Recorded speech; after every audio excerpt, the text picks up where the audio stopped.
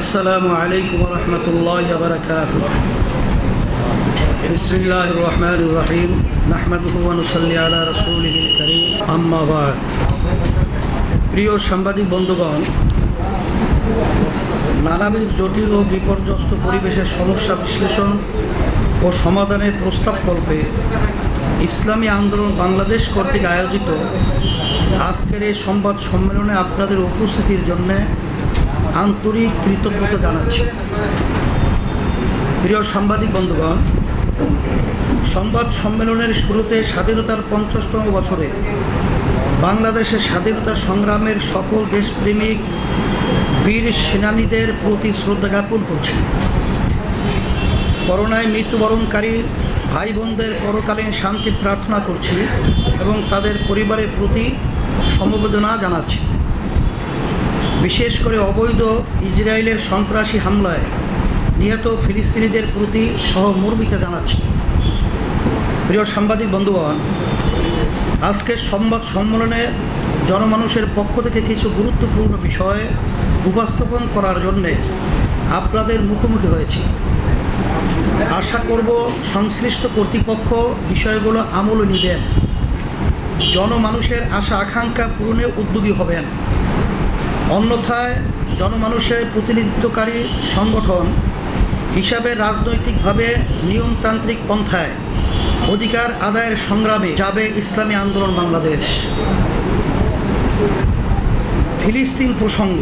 প্রিয় সাংবাদিক বন্ধুগণ, ফিলিস্তিনি জনগণের দুর্দশা, অবৈধ ইসরায়েলের বর্বরতা নিয়ে নতুন করে কিছু বলার নেই। ইতিহাস ও ঘটনার ধারাক্রম সবাই জানা। ফিলিস্তিন ইস্যুতে বাংলাদেশের ঐতিহাসিক অবস্থান সাধুবাদযোগ্য। আমরা বাংলাদেশের অতীত অবস্থানকে ধন্যবাদ জানিয়েছি। বর্তমান পরিবর্তিত পরিস্থিতিতে ফিলিস্তিন ইস্যুতে বাংলাদেশের জনমানুষের আবেগ অনুভূতিকে আমলে নিয়ে জনতার পক্ষ থেকে আমরা প্রস্তাব করছি যে আসন্ন জাতীয় সংসদ অধিবেশনে ইসরায়েলের সাম্প্রতিক বর্বরতার বিরুদ্ধে নিন্দা প্রস্তাব পাশ করতে হবে। আসন্ন জাতিসংঘ অধিবেশনে মাননীয় প্রধানমন্ত্রীর ভাষণে স্বাধীন সার্বভৌম ফিলিস্তিনের প্রতি সমর্থন পুনর্ব্যক্ত করে ইসরায়েলের নিন্দা করতে হবে। মাননীয় প্রধানমন্ত্রী আন্তর্জাতিক বিভিন্ন ইস্যুতে সরব ভূমিকা পালন করেন। আমরা আশা করব আসন্ন জাতিসংঘ অধিবেশন চলাকালে স্বাধীন সার্বভৌম একক ফিলিস্তিন রাষ্ট্রের জন্য তিনি সরব ভূমিকা পালন করবেন।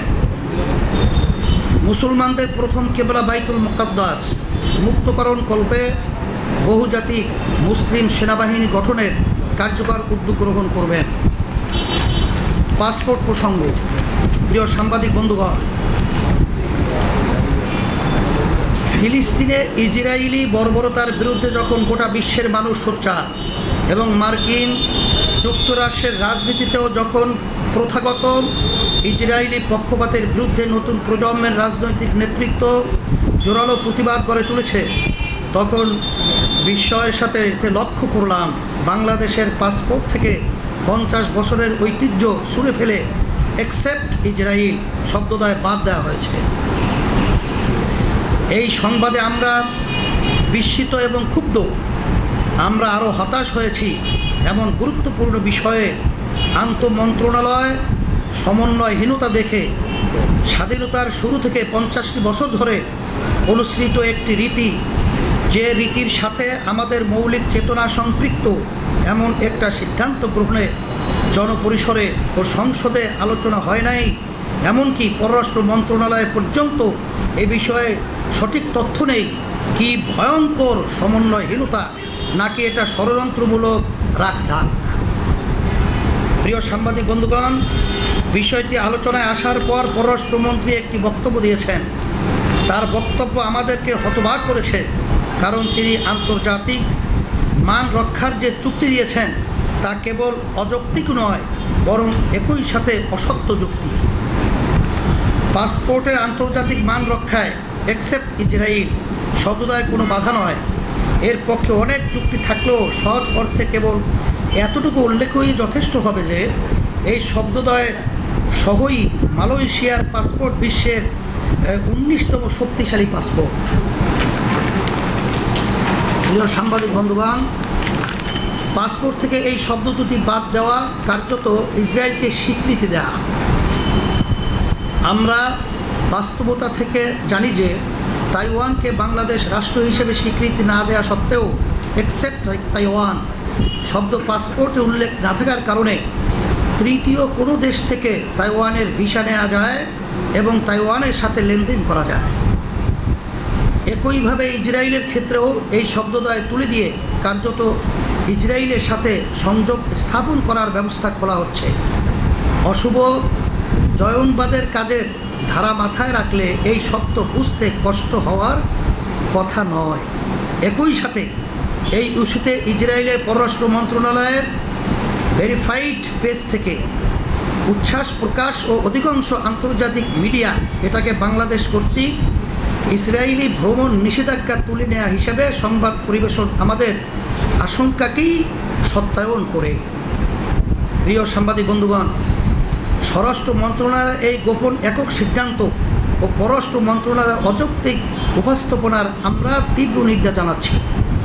আমরা বিশ্বাস করতে চাই যে বাংলাদেশ সরকার ইসরায়েলের সাথে কোনো ধরনের গোপন সম্পর্ক রাখে না, রাখার চেষ্টাও করে না এবং জয়নবাদের কোনো চক্রান্ত বাংলাদেশ ভেসে যায়নি।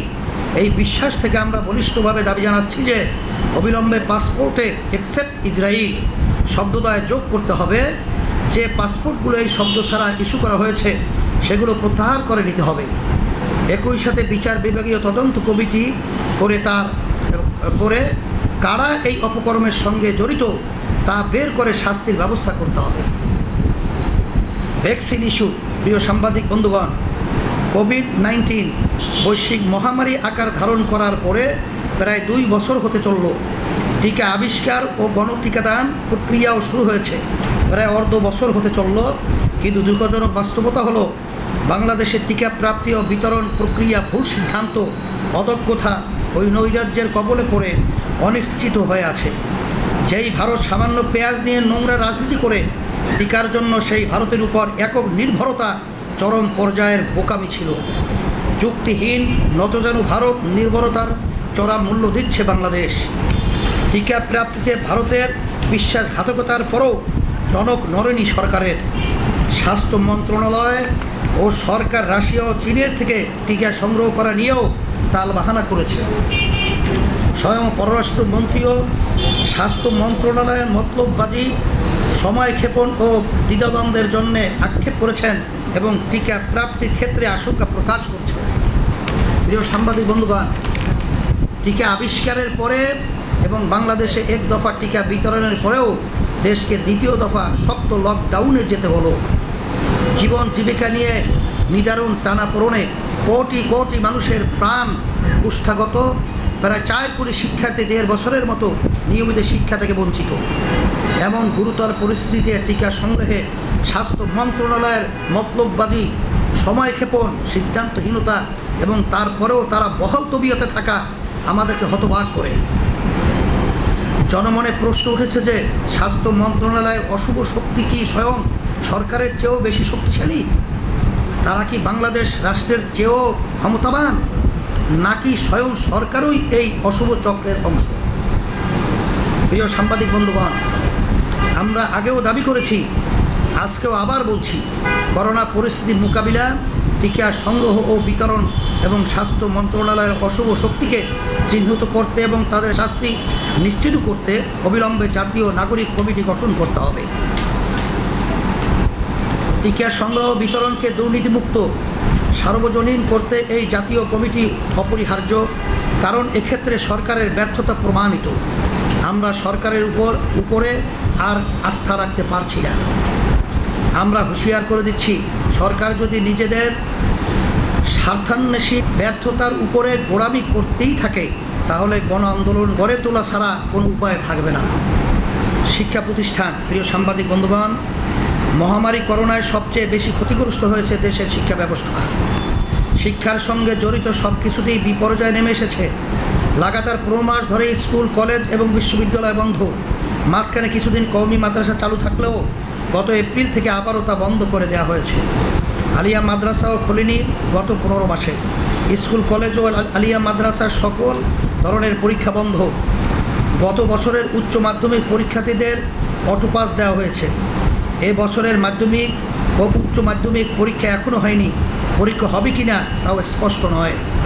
শিক্ষার্থীরা পড়ার টেবিল ছেড়ে এবারও অটোপাসের অপেক্ষায়। সরকার ধাপে ধাপে সব কিছু খুলে দিলেও খোলেনি শিক্ষা প্রতিষ্ঠান।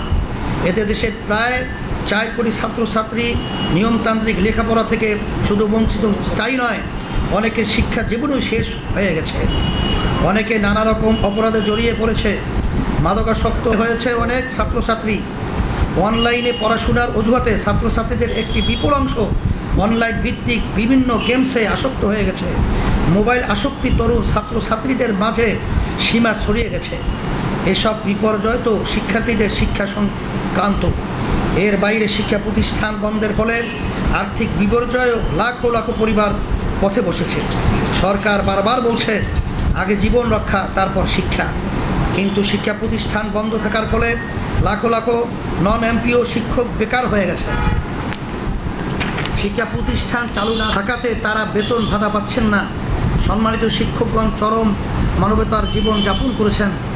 সরকারের উদাসীনতা, অদূরদর্শিতা ও খামখেয়ালিতে দেশের শিক্ষা খাত আজ ধ্বংসস্তূপে পরিণত হয়েছে। হাজার হাজার কিন্ডারগার্টেন এবং প্রাইভেট শিক্ষা প্রতিষ্ঠান চিরতরে বন্ধ হয়ে গেছে। শুধু তাই নয়, দেশে লাখো লাখো পরিবার আছে যাদের জীবন জীবিকা শিক্ষার সঙ্গে সংশ্লিষ্ট। লাখো লাখো ব্যবসা প্রতিষ্ঠান গড়ে উঠেছে শিক্ষা উপকরণকে কেন্দ্র করে। শিক্ষা প্রতিষ্ঠান বন্ধ থাকাতে সেসব ব্যবসায়ীরা আজ বিপর্যস্ত। তাদের দিকে সরকারেরও কোনো নজর নেই। সরকার চাচ্ছে সবাইকে ভ্যাকসিন দিয়ে শিক্ষা প্রতিষ্ঠান খুলতে, কিন্তু ভ্যাকসিন নিয়ে অনিশ্চয়তা তৈরি হয়েছে। সহসাই সবাই ভ্যাকসিন পেয়ে যাবে এমন আশা করা যায় না। অতএব সবারই প্রত্যাশা স্বাস্থ্য সতর্কতা নিশ্চিত করে দেশের সব রকম শিক্ষা প্রতিষ্ঠান খুলে দেওয়া হোক। দেশে প্রায় 4 কোটি ছাত্রছাত্রী স্বাভাবিক শিক্ষা জীবন ফিরিয়ে দেওয়া হোক। লাখো লাখো বেকার শিক্ষকদের কাজে ফিরে যাওয়ার সুযোগ দেওয়া হোক। শিক্ষা উপকরণের সঙ্গে যারা জড়িত সেসব মানুষগুলোর জীবন জীবিকার অবলম্বন ফিরিয়ে দেওয়া হোক। প্রিয় সাংবাদিক বন্ধুগণ, আমরা আজকের এই সংবাদ সম্মেলন থেকে সরকারের প্রতি জোর দাবি জানাচ্ছি, আর সময় না বাড়িয়ে অতি দ্রুত সকল শিক্ষা প্রতিষ্ঠান খুলে দিন। এজন্য যা যা করণীয় তাই করুন, অন্যথায় সরকারের অদূরদর্শী ও আত্মঘাতী সিদ্ধান্তের বিরুদ্ধে দেশব্যাপী ছাত্র শিক্ষক, অভিভাবক এবং ভুক্তভোগী ব্যবসায়ীগণকে সঙ্গে নিয়ে ইসলামী আন্দোলন বাংলাদেশ তীব্র আন্দোলন গড়ে তুলতে বাধ্য হবে। ওলামা ও রাজনৈতিক কর্মীদের মামলা প্রসঙ্গ। প্রিয় সাংবাদিক বন্ধুগণ, আমাদের সংবিধান ও সরকারের দাবি মতে বাংলাদেশ গণতান্ত্রিক দেশ। গণতান্ত্রিক দেশের সরকারের সমালোচনা, আন্দোলন, প্রতিবাদ, বিক্ষোভ, উত্তপ্ত বক্তব্য অতি স্বাভাবিক ব্যাপার। বরং এমনটাই গণতন্ত্রের নিয়ম। গণতন্ত্রের এই চিরচরিত নিয়ম সহিংসতায় রূপ নেয় কেবলমাত্র সরকারের আচরণের ভিত্তিতে। বাস্তবতা হলো, বাংলাদেশের রাজনীতিতে সরকার পক্ষ সব সময়ই নিয়মতান্ত্রিক বাদ প্রতিবাদকে দমন পীড়ন করে সহিংসতার দিকে ঠেলে দেয়, আর তার জের ধরে রাজনৈতিক প্রতিপক্ষকে হামলা মামলা দিয়ে নির্যাতন ও হয়রানি করে। সরকারের ফ্যাসিবাদী এই চরিত্রের সর্বশেষ শিকার ওলামায়ে কেরাম। নরেন্দ্র মোদীর আগমনের প্রেক্ষিতে জনমনের ক্ষোভ প্রকাশ ও তাতে সরকারের দমন পীড়নমূলক আচরণের প্রেক্ষিতে ঘটে যাওয়া ঘটনাকে কেন্দ্র করে পবিত্র রমজানে যেভাবে ওলামায়ে কেরামকে আটক করে রিমান্ডে নেওয়া হয়েছে, তাতে এদেশের মুসলমানদেরকে 1857 সিপাহী বিপ্লবোত্তর ওলামাদের সাথে সাম্রাজ্যবাদী ইংরেজদের আচরণের কথাকে মনে করিয়ে দেয়। সবাইকে মনে রাখা উচিত, ইতিহাসও সাক্ষী যে ওলামায়ে কেরাম সবচেয়ে শান্ত ও নির্ঝঞ্ঝাট জীবনযাপন করেন। সেই ওলামায়ে কেরামকে ঠুনকো অজুহাতের ভিত্তিতে মামলা দিয়ে জড়জড়িত করা এবং গ্রেফতার করে দিনের পর দিন রিমান্ডে নেওয়ার ফলে জনমনে এই সরকার ইসলাম বিরুদ্ধ শক্তি হিসাবে প্রতিষ্ঠা পাচ্ছে। আমরা বিনয়ের সাথে মনে করিয়ে দিতে চাই যে বাংলার জনগণ কাউকে ইসলামের বিরুদ্ধ শক্তি হিসাবে চিহ্নিত করলে বাংলার রাজনীতি ও সমাজে তার ভবিষ্যৎ সংকীর্ণ হয়ে যায়। এটা ইতিহাসের শিক্ষা। প্রিয় সাংবাদিক বন্ধুগণ, আজকের এই সংবাদ সম্মেলন থেকে আমরা আটককৃত নিরপরাধ সকল ওলামায়ে কেরাম এবং তুচ্ছ কারণে বা হয়রানিমূলক মামলায় আটককৃত অন্যান্য সকল রাজনৈতিক বন্দীদের মুক্তির আহ্বান করছি। অন্যথায় এই সরকার ওলামা নিপীড়ক শক্তি হিসেবে ইতিহাসে কলঙ্কিত হবে। বাজেট প্রসঙ্গ। প্রিয় সাংবাদিক বন্ধুগণ, 2021-22 অর্থ বছরের বাজেট ঘোষিত হবে আগামী 3রা জুন। বাজেট হলো একটি দেশের আগামী এক বছরের ব্যয় নির্বাহের জন্য জনমানুষের দেয়া টাকা খরচের পরিকল্পনা। এখানে আশা করা বাঞ্ছনীয় যে বাজেট প্রণয়নের আগে জনমানুষের সাথে আলাপ করা হবে। আদতে তা হয় না। অর্থ মন্ত্রণালয় কিছু ব্যবসায়ী সংগঠনের নেতাদের সাথে আলাপ করে সমাজ ও বাস্তবতা বিমুখ আমলাদের দিয়ে বাজেট তৈরি করে। ফলে আমাদের বাজেটের কলেবর বাড়ে, কথার ফুলঝুরি উপচে পড়ে, কিন্তু কাজ কমই হয়। বাজেট নিয়ে আমাদের দলীয় প্রস্তাবনা আনুষ্ঠানিকভাবে পেশ করা হবে ইনশাআল্লাহ। আজকে আমি মৌলিক কিছু দাবি উপস্থাপন করছি। বাজেট উপস্থাপনের আগে সমাজের সকল শ্রেণীর মানুষের সঙ্গে আলাদা করে আলোচনা করতে হবে। কল্পনা বিলাস বাদ দিয়ে রাষ্ট্রযন্ত্রের সক্ষমতা পরিমাপ করে সে অনুযায়ী বরাদ্দ দেয়া।